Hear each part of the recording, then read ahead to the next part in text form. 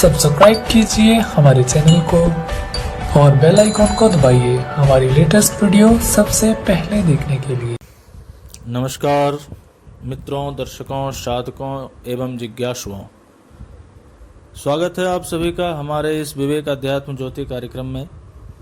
YouTube के माध्यम से मैंने बहुत तरह के ऑडियोज़ आप सभी को शेयर किया जो अध्यात्म के विभिन्न पहलुओं से रूपांतरित होकर आप तक पहुंचा।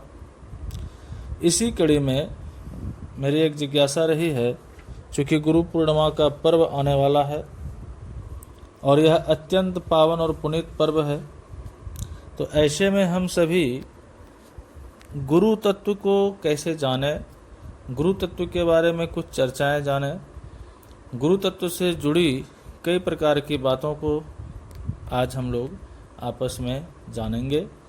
साथ ही साथ हम यह भी प्रयास करेंगे कि ऑडियो के माध्यम से, इस YouTube चैनल के ऑडियो के माध्यम से गुरु तत्व से रिलेटेड जितनी भी बातें हैं मैं आप तक बताऊं एवं उनकी साधना पद्धति को भी आप तक पहुंचाऊं कि हम आप गुरु की साधना कैसे करें, तंत्रोक्त साधना कैसे करें, उनके स्तुति, पादुका स्तोत्र इत्यादि कैसे करें। ये तमाम चीज़ों की हम लोग आज एक विस्तृत जानकारी लेंगे।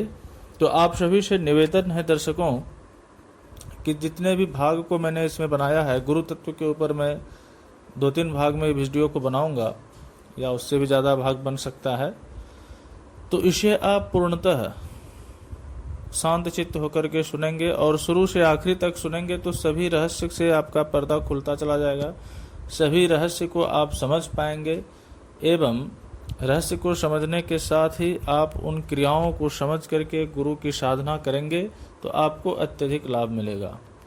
तो आइए जिज्ञासुओं, साधकों, हम आप पहले चर्चा शुरू करते हैं गुरु कृपा से। सबसे पहले सवाल उठता है कि व्यक्ति कौन है, यह कैसे बना, उसके क्या कर्तव्य हैं, उसके जीवन मृत्यु का कौन संचालक और प्रेरक है, उसकी अहंता रूप आहुति को किस पराहंता अग्नि में डालना चाहिए, विश्व प्रवाह जालों से किस प्रकार बचा जाए आदि इन तमाम बातों से पता लगाने का उद्देश्य यह रहता है कि प्रयत्न या शोधन प्रयत्न को हम उपासना आराधना के नाम से जानते हैं। यानी कि इन तमाम विश्व प्रवाह के जाल से हम जो बचेंगे, किस प्रकार बचेंगे, इसकी कड़ी को हम उपासना और आराधना के माध्यम से जानेंगे, क्योंकि इसी कड़ी को हम उपासना आराधना कहेंगे। इसका साधन क्रम बताने वाले जो मार्गदर्शक हैं उन्हें ही हम गुरु कहते हैं। ध्येय जो है वो प्रभु स्वयं ध्येय हैं, जिसमें व्यक्त होता है उसे साधक कहते हैं। यानी कि वह प्रभु जिसके अंदर व्यक्त हुए वो साधक हो गए। जिस क्रिया से व्यक्त हुए वह प्रकृति का विद्या भाव है और जिसमें स्थित होकर उसका अभ्यास हुआ वही अविद्या है। तो व्यक्त क्या होता है? प्रत्येक स्थान में प्रतिक्षण विद्या और अविद्या का युक्त समत्व रखने वाली जो चित्त शक्ति है वो किसमें व्यक्त होती है? व्यक्ति यानी कि मन, बुद्धि, चित्त, अहंकार की चैतन्य समष्टि में, या व्यक्ति होने वाली वस्तु का जन्म मरण में नहीं होता, तो फिर उसे व्यक्त कौन करता है? यानी कि उसके व्यक्त होने लायक जहाँ तक जो हो जाएगा वह पराहंतामयी महाशक्ति विद्युतवत वहाँ प्रकट हो जाती है। लेकिन व्यक्ति जब तक व्यक्ति है अपना पशु व्यवहार नहीं भूलता, उसे तो अपने स्वार्थ से मतलब रहता है। दे, हमें कुछ दे, बस तेरा कुछ भी हो उससे मतलब नहीं, मुझे मिलना चाहिए। तो जिस बिंदु पर गुरु दया से इस बात का बोध होता है कि हमें चाहिए, तो हमें क्या चाहिए? अहंता बड़ी या फिर पराहंता, यह ज्ञान होते ही पशुत्व पास छूटने लगता है और कर्तव्य सूझने लगता है। कहने का तात्पर्य है कि युक्त तत्व, व्यक्तित्व, सनातत्व, अनंत तत्व, सबके परे वह कौन है, कहाँ है, क्या करती है, क्यों करती है, मैं उसका कैसे बनूं, विश्वजाल से कैसे छूटूं इत्यादि प्रश्नों का उत्तर गुरु कृपा से साधक व्यक्ति को मिलता है। श्री गुरु का तथा सर्वमय शक्ति महामाया की दया के बिना इस सब धारणा का उत्पन्न होना अति कठिन है। पशु जीव में व्यक्तित्व खिला हुआ नहीं होता। व्यक्ति जीवत्व का पूर्णोदय मनुष्य देह में नहीं होता, फिर वह क्रमशः देवत्व को ईश्वरत्व को प्राप्त होता है। उसमें जैसे जैसे शक्ति खिलती है उसका अस्तित्व बढ़ता चला जाता है। मनुष्य जन्म से पश्चात व्यक्ति को पशु योनि में जन्म नहीं लेना पड़ता। यथा एक बालक अगर परिश्रम कर यदि मैट्रिक कक्षा तक पहुंच जाए और यदि मैट्रिक में वह पास हो गया तो फिर दूसरे वर्ष में मैट्रिक में ही रहेगा, यह ऐसा होता नहीं। उसको पुनः प्रथम कक्षा में पढ़ना नहीं पड़ता है। कहने का मतलब है कि मनुष्य देहधारी तथा अन्य जन्म में मनुष्य देह में ही जन्म लेगा, इसमें तनिक भी संदेह नहीं। भगवान श्री कृष्ण ने भी गीता में यही भाव बताया है। सच बात तो यह है कि प्रकृति के नियमानुसार ऐसा होना संभव नहीं है। यह प्रथा प्रकृति गति के नियमों के विरुद्ध है। महाभारत आदि इतिहास पुराण ग्रंथों में ऐसी बहुत सी कथाएं हैं जिनमें मनुष्य जीव का पशु देह में जन्म लेना कहा जाता है, परंतु उसमें या तो साप आदि कारण बताया गया है या पुराणोक्त व्यक्ति की एक भय दर्शक गाथा है। केवल साप आदि प्रकरण में वह व्यक्ति साप निवृत्ति के पश्चात पुनः निज देह को प्राप्त हुआ कहा गया है। तो एकाग्र मनोभूमिका के आधार पर इष्ट देवता का ध्यान तथा बार बार शब्द उच्चारण के सूक्ष्म दबाव से मंत्र बीज का विस्फोटित होना साधक को अमोघ अणिमा आदि सिद्धि शक्ति का देने वाला कहा जाता है। सतत ध्यान तथा शब्द शक्ति जो गति संयोग से तेजस रूप में परिणत हो जाती है, उसके संघर्षण से बीज मंत्र प्रस्फुटित हो ध्येय लक्ष्य की अद्भुत शक्ति साधक में उत्पन्न करता है। शब्द बीजाणु विस्फोट के इस विधान को ही मंत्र सिद्धि कहते हैं। इस मंत्र सिद्धि से साधक को प्रकृतिज अनेक सिद्धियां हस्तगत हो जाते हैं, जिससे साधक इष्ट ध्येय में स्थिर हो करके चारों पदार्थ यानी कि धर्म अर्थ काम मोक्ष का भोक्ता होता है। अष्टांग योग सिद्धि प्राप्त भव प्रत्यय के समान जो साधक को इस स्थिति पर सिद्धि आदि प्रलोभन से अत्यंत सावधानी पूर्वक बचे रहना चाहिए, क्योंकि सिद्धि के प्रलोभन में फंस जाने से साधक के अधःपतन की अधिक संभावना रहती है। तो मंत्र सिद्धि प्राप्ति का जो विधान हमारे तंत्र ग्रंथों में बताया गया है, या यूँ कहें कि मंत्र सिद्धि प्राप्ति विधान को ही तंत्र कहा गया, या कह सकते हैं तंत्र। तो तंत्र ग्रंथों में तत्त मंत्र साधना विधान पाया जाता है, परंतु बीज मंत्र विस्फोट का जो मूल विधान है वह कहीं भी किसी भी तंत्रकार ने नहीं कहा है। यह भेद गुप्त रखा है तथा श्री गुरु मुख से ही प्राप्त होगा ऐसा कहा है। तो बिना गुरु कृपा केवल पुस्तक में पढ़ करके मंत्र आदि जप करने से किसी भी मंत्र की सिद्धि नहीं देखी गई है आज तक के इतिहास में। इसका कारण यही है कि बीज विस्फोट का जो विधान है, जो कि प्रत्येक मंत्र की सिद्धि का मूल कारण है, किसी तंत्रकार ने रचा ही नहीं, किसी पुस्तक में उसका वर्णन ही नहीं किया है। तो वर्तमान में इस विधान को बताने वाले श्री गुरु भी काल चक्र के फेर से क्वचित ही उपलब्ध हैं। यही कारण है कि परम साधना काल का इस विश्व में ह्रास हो गया है। इस कारण बहुचर्चित गोपनीयम प्रयत्नतः ही कहा जाता है तथा माना जाता है। जो हो, इसमें संदेह नहीं है कि मंत्र साधना विश्व प्रचलित संपूर्ण साधनाओं में उत्तम और अद्वितीय है। इसमें योग भी है, भक्ति भी है, ज्ञान भी है, तीनों कलाएं सम्मिलित हैं और इसका साधन जो है अन्य साधनों से सरल है यदि मार्गदर्शक अनुभवी और उदार हो तो जिज्ञासुओं, गुरु की फिर महिमा हम कैसे समझें? गुरु की जो गाथा है वो तमाम ग्रंथों में गाई गई है। इस तरह से आप समझिए कि इष्ट सिद्धि और शिष्य की पात्रता, यहाँ पर बहुत बारीक अंतर है। कहने का मतलब प्रश्न उठता है कि क्या योग्य गुरु के प्राप्त हो जाने पर केवल उसकी कृपा मात्र से इष्ट सिद्धि का लाभ हो सकता है? तो इसका उत्तर है कि केवल कार्य और कार्य विषयक परिश्रम से ही किसी फल विशेष की प्राप्ति नहीं होती, बल्कि एक तीसरी वस्तु जिसे फलाधार, जिसमें फल की प्राप्ति हो, उसका ठीक होना भी अत्यंत आवश्यक है। आधार मतलब पात्र यदि ठीक नहीं है तो फल भी उसमें नहीं टिक सकेगा। तात्पर्य है कि शिष्य भी ऐसा होना चाहिए जो साधक चतुष्टय। साधक चतुष्टय क्या है? तो विवेक, वैराग्य, षड संपत्ति। षड संपत्ति फिर क्या है? तो सम, दम, उपरति, तितिक्षा, श्रद्धा और समाधान, ये षड संपत्ति है। फिर चौथा मुमुक्षत्व से संपन्न हो, यानी कि जो साधना चतुष्टय, 4 गो साधना चतुष्टय जो बताया गया है, विवेक, वैराग्य, षड संपत्ति और मुमुक्षत्व, इससे जो संपन्न हो, ताकि वे गुरु के द्वारा दिए गए उपदेशों को समझ के ग्रहण कर उन्हें धारण कर सके। यदि शिष्य ऐसा योग्य है तो पूर्ण फल प्राप्त कर सकता है, और यदि उसमें इन गुणों की कमी है तो वह यथोचित फल प्राप्त नहीं कर सकता। इसका स्पष्टीकरण आपको बहुत तरह की कथाओं के माध्यम से भी शास्त्रों में मिलेगा। तो मेरा उद्देश्य है गुरु के ऊपर चर्चा करने का आज। तो गुरु ने उपदेश दिया और शिष्य ने यदि समझकर धारण करने की शक्ति नहीं है, उसे धारण नहीं कर सका वो, तो वह उपदेश रूपी फल को कैसे धारण कर सकेगा? साधकों को यह भ्रम मिटा देना चाहिए कि केवल गुरु के कृपा पर शिष्य के मस्तक पर हाथ रखते ही आत्म साक्षात्कार हो जाएगा, दिव्य दृष्टि प्राप्त हो जाएगी, शिष्य को कुछ भी परिश्रम नहीं करना पड़ेगा। नहीं, ऐसा कदापि नहीं हो सकता।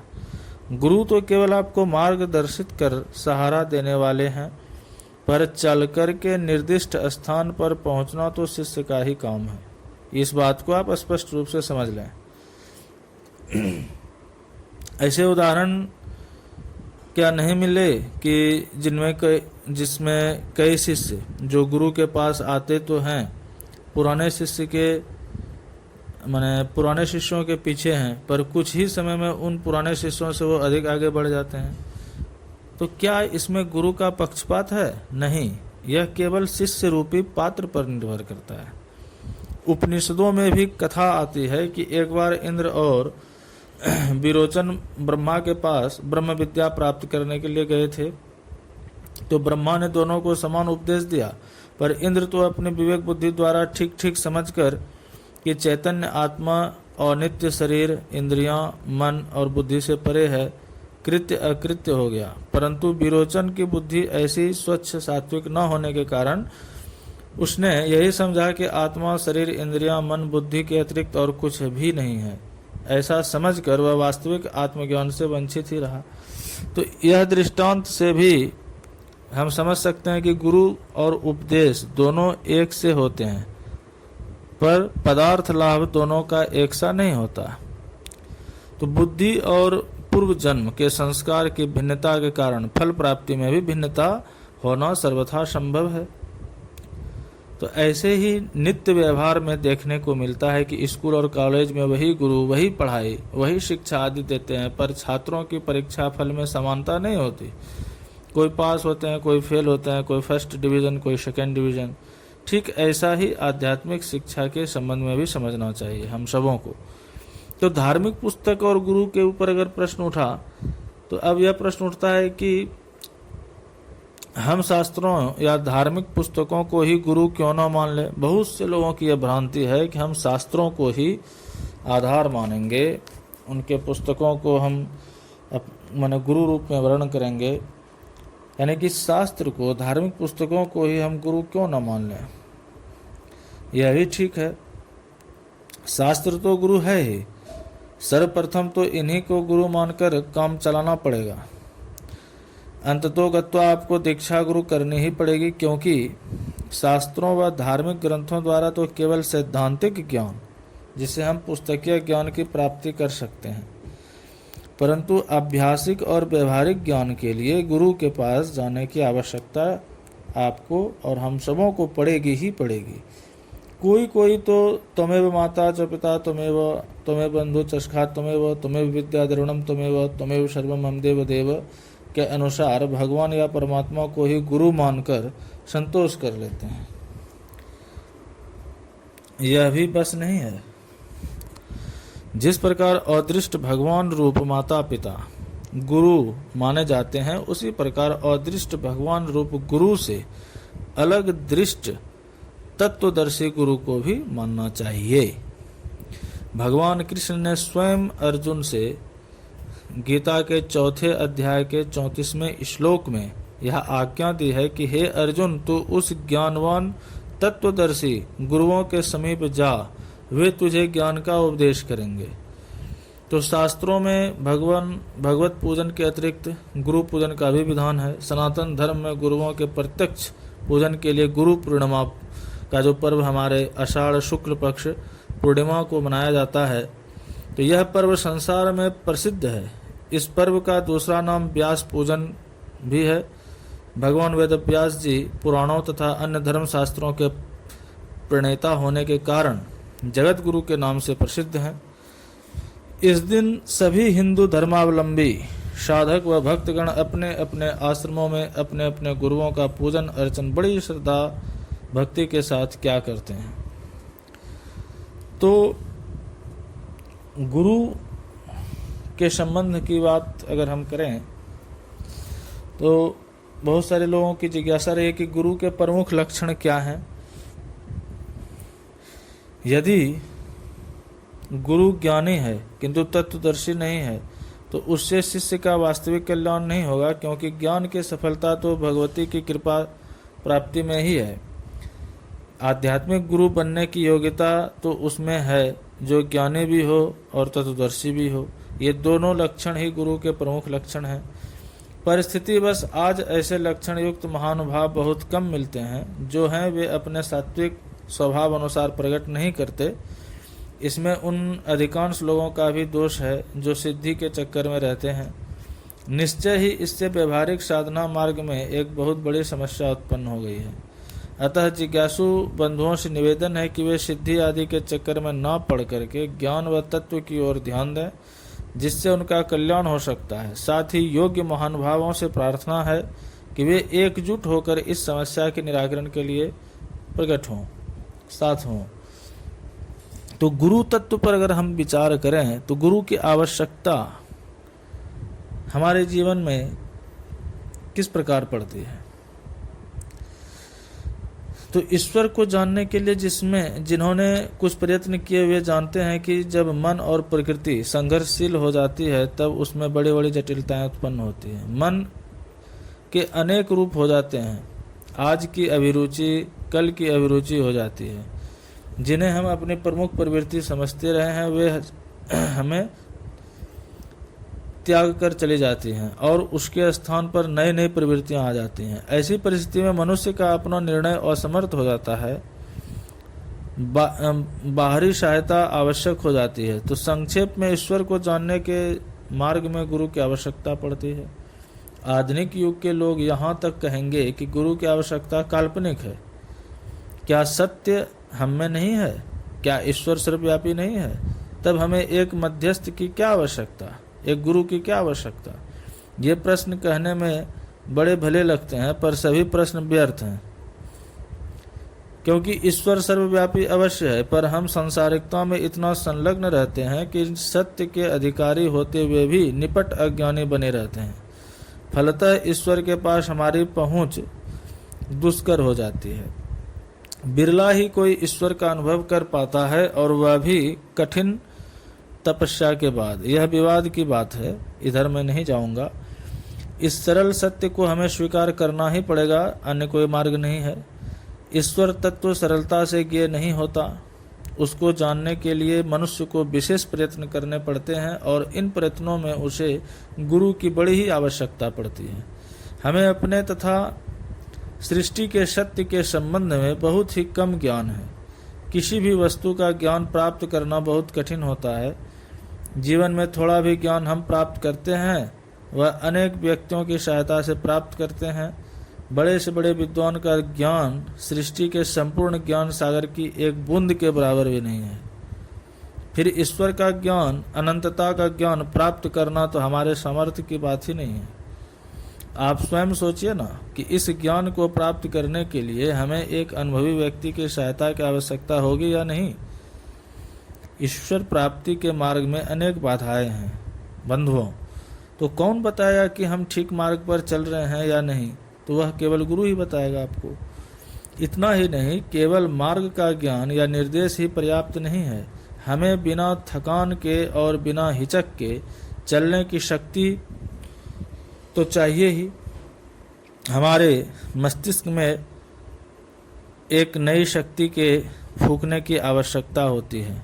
वह शक्ति और साहस हमें होना चाहिए जो हमें आध्यात्मिक जीवन के कठिन संघर्षों से पार ले जाने में समर्थ हो। हम जानते हैं कि हम में अनंत शक्ति है, किंतु हम यह भी जानते हैं कि इसका अधिकार उपयोग हम नहीं कर सकते, कारण हमारी अनंत शक्ति ताले कुंजी के अंदर बंद सी है। गुरु शिष्यों में शक्ति फूंकता है, शक्ति का संचार करता है, और जब कभी हम अपना मार्ग भूलने लगते हैं तब वह हमारे पैरों को ठीक मार्ग पर रख देते हैं तथा उन बंधनों को खोल देते हैं जिनमें हम बंधे हुए हैं।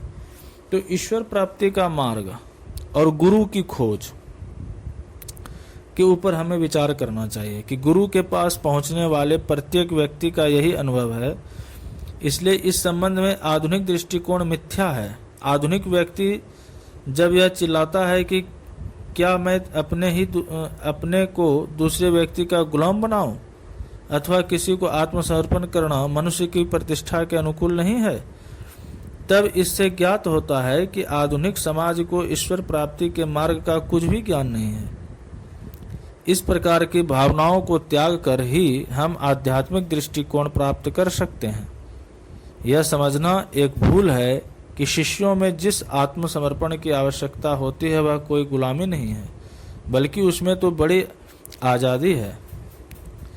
गुरु ऐसा व्यक्ति नहीं होता जो स्वार्थी, इच्छाओं का शिकार, अहं की भावना में फंसे तथा अज्ञ हों। वह अव्यक्त का एक अंश होते हैं। उनके विचार और कार्य उनके क्षुद्र मन से नहीं उद्भूत होते, बल्कि दैवी प्रेरणा से उद्भूत होते हैं। उनकी सेवा करना स्वयं आदर्श की सेवा करना है, आदर्श मनुष्य बन जाना है। गुरु द्वारा हम इष्ट के संपर्क में आते हैं। गुरु और इष्ट पृथक नहीं बल्कि एक रूप है। यहाँ यह प्रश्न किया जा सकता है कि क्या सभी गुरु उपर्युक्त प्रकार से वर्णित पारदर्शी चरित्र के होते हैं? यह सच है कि सब नहीं होते, इसलिए किसी को गुरु बनाने से पहले उनको कुछ दिनों तक देख लेना चाहिए। गुरु की खोज के संबंध में यह भी ध्यान रखना चाहिए कि ब्रह्मानुभव किए हुए यानी कि ब्रह्म को जो अनुभव किए हुए हैं व्यक्ति वो बहुत दुर्लभ होते हैं। जब कोई ब्रह्म का अनुभव कर लेते हैं तब वह दूसरे को बिना पूछे बताना नहीं चाहते। अतः गुरु का अन्वेषण करने के लिए समय और धैर्य दोनों चाहिए, शीघ्रता नहीं करनी चाहिए। यही नहीं, अधिकार भेद से हम सबको अलग अलग गुरु भी चाहिए। उदाहरण के लिए यदि हम में से किसी को विष्णु का पुजारी बनना है तो उसे ऐसे योग्य अनुभवी व्यक्ति की आवश्यकता होगी जिन्होंने ईश्वर का विष्णु रूप में अनुभव किया है।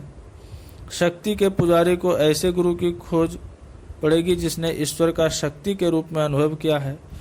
तो इससे गुरु की खोज का काम और भी कठिन हो जाता है। तो गुरु की खोज में बहुत और बातों की जानकारी भी आवश्यक है, जैसे गुरु को निष्पाप होना चाहिए। यह प्रश्न बहुधा पूछा जाता है कि गुरु के चरित्र और व्यक्तित्व की ओर क्यों दृष्टिपात करें, किंतु यह ठीक नहीं है। यदि कोई व्यक्ति मुझे विस्फोटक या रसायन शास्त्र की कोई बात बताना चाहता है तो वह चाहे जैसा हो, क्योंकि इन बातों के ज्ञान के लिए उसमें बौद्धिक क्षमता की ही आवश्यकता होती है। लेकिन आध्यात्मिक ज्ञान में यह असंभव है कि असूची आत्मा में आध्यात्मिक प्रकाश होगा। एक असूची व्यक्ति किस प्रकार धर्म की शिक्षा दे सकेगा? इसलिए गुरु पूर्णतया शुद्ध होने चाहिए। तभी उसके शब्दों का मूल्य होगा एवं तभी सच्चा शक्ति प्रविष्टकर्ता को भी प्राप्त होगा। यदि उसमें स्वयं आध्यात्मिक शक्ति नहीं है तो वह शिष्य में शक्ति कैसे प्रविष्ट करेगा। तो गुरु प्राप्ति हेतु आपको ईश्वर से प्रार्थना करनी चाहिए। जब हमें अपने द्वारा खोजे हुए गुरु में बहुत सारी बातें मिलने लगे तो हम अपने आप को सुरक्षित समझने लगते हैं, क्योंकि यदि हमारे द्वारा खोजा हुआ गुरु हमारे हृदय में अच्छाई उत्पन्न नहीं कर सकता तो खलता उत्पन्न करेगा। इस खतरे से हम सबको भले प्रकार अपनी रक्षा करनी चाहिए। जो वेदों को जानते हों, निष्पाप हों और लोभ से अशुद्ध न हो, वही हमारे लिए उद्धारक हैं।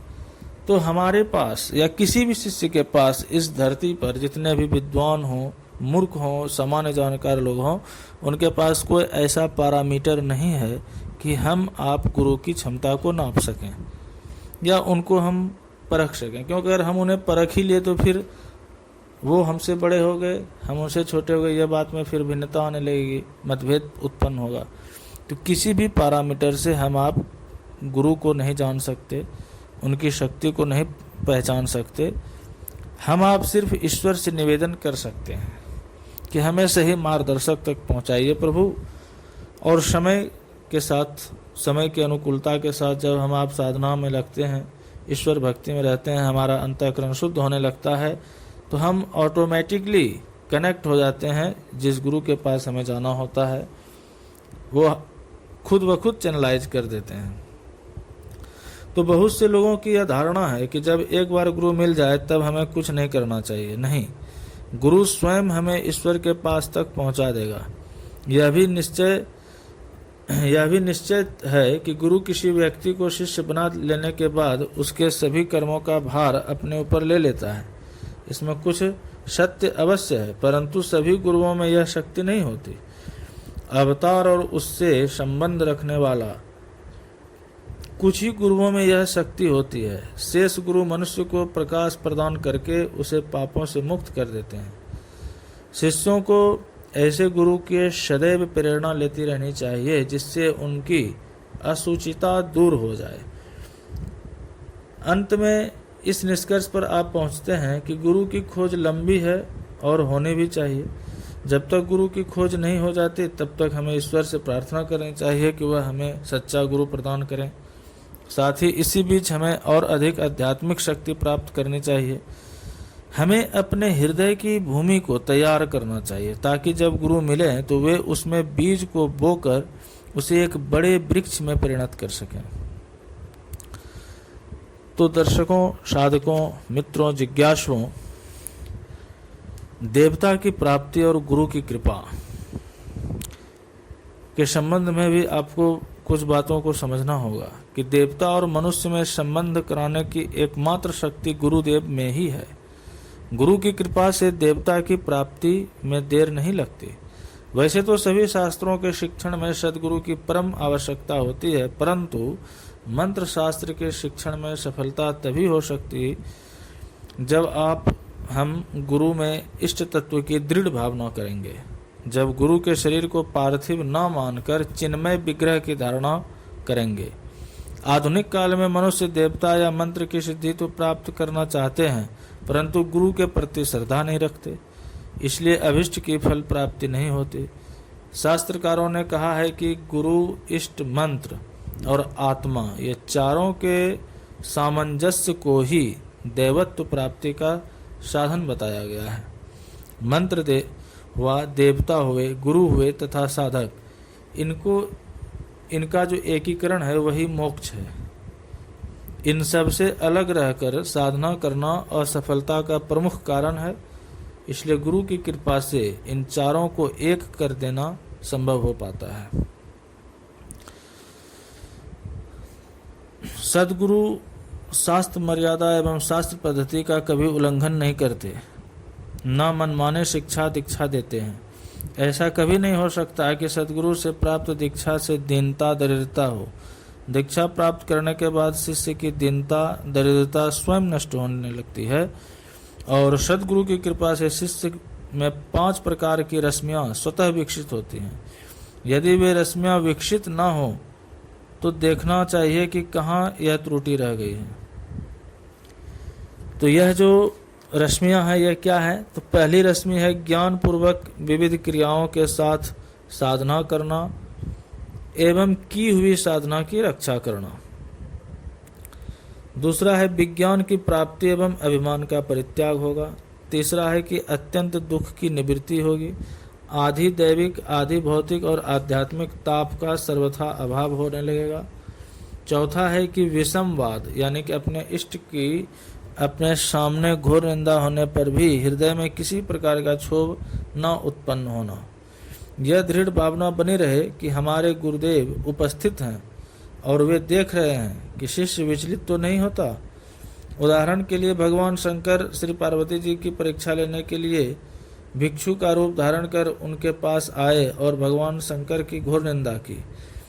श्री पार्वती जी के मन पर उस निंदा का तनिक भी प्रभाव न पड़ा, बल्कि उन्होंने भिक्षुक से कहा, मेरे सामने भगवान शंकर की निंदा करने वाला बच नहीं सकता। मुझे ज्ञात होता है कि आप ही साक्षात भगवान शिव हैं जो मेरी परीक्षा के लिए यहाँ पधारे हैं, अतः मुझे शीघ्र दर्शन दीजिए। यह सुनकर भगवान शंकर ने अपना स्वरूप प्रकट किया तथा पूर्ण प्रसन्न होकर उन्हीं के साथ विवाह करने की प्रतिज्ञा की। तो कहने का मतलब था कि विषमवाद अर्थात अपने इष्ट की अपने सामने घोर निंदा होने पर भी हृदय में किसी प्रकार का क्षोभ न उत्पन्न होना, यह चौथा रश्मि था। और 5वां रश्मि जो विकास होता है वो है आपका आनंद आकार वृत्ति, यानी कि चारों ओर से नाना प्रकार के कष्टों से आवृत होने पर भी मन में किसी प्रकार का क्षोभ नहीं होना। तो दर्शकों, इस तरह से आपको समझ में आना चाहिए। मैं आशा करता हूँ कि आपकी बात बहुत तरह से गुरु के प्रति संवेदनात्मक हो सकती है। बहुत से प्रश्न आपके मन में होंगे, परंतु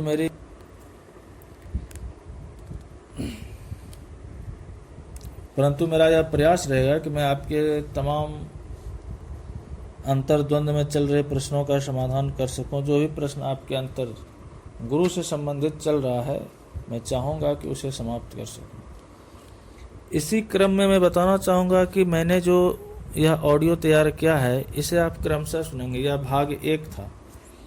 भाग 2 में हम गुरु तत्व के ऊपर फिर से विचार करेंगे और तीसरे भाग में हम गुरु साधना के ऊपर बात करेंगे। प्रथम भाग में मैंने गुरु के ऊपर बताया, अब हम गुरु तत्व के ऊपर आपको अगले ऑडियो में इसकी जानकारी देंगे, विस्तृत जानकारी देंगे। इसलिए आप शुरू से आखिर तक इसे सुनिए और अगर आपको पसंद आए, समझ में आए तो ज़रूर से ज़रूर इसे लाइक और सब्सक्राइब करें ताकि अन्य लोगों तक भी इसका संदेश पहुंचे और वो भी लाभान्वित हो सकें। तब तक के लिए दर्शकों, मैं आपसे विदा लेना चाहूँगा। आप सभी को गुरु पूर्णिमा के आने वाले पुनीत अवसर पर तथा श्री गुरु के चरणों में कोटिशः नमन निवेदित करते हुए आप सभी का अभिनंदन वंदन करता हूँ। धन्यवाद।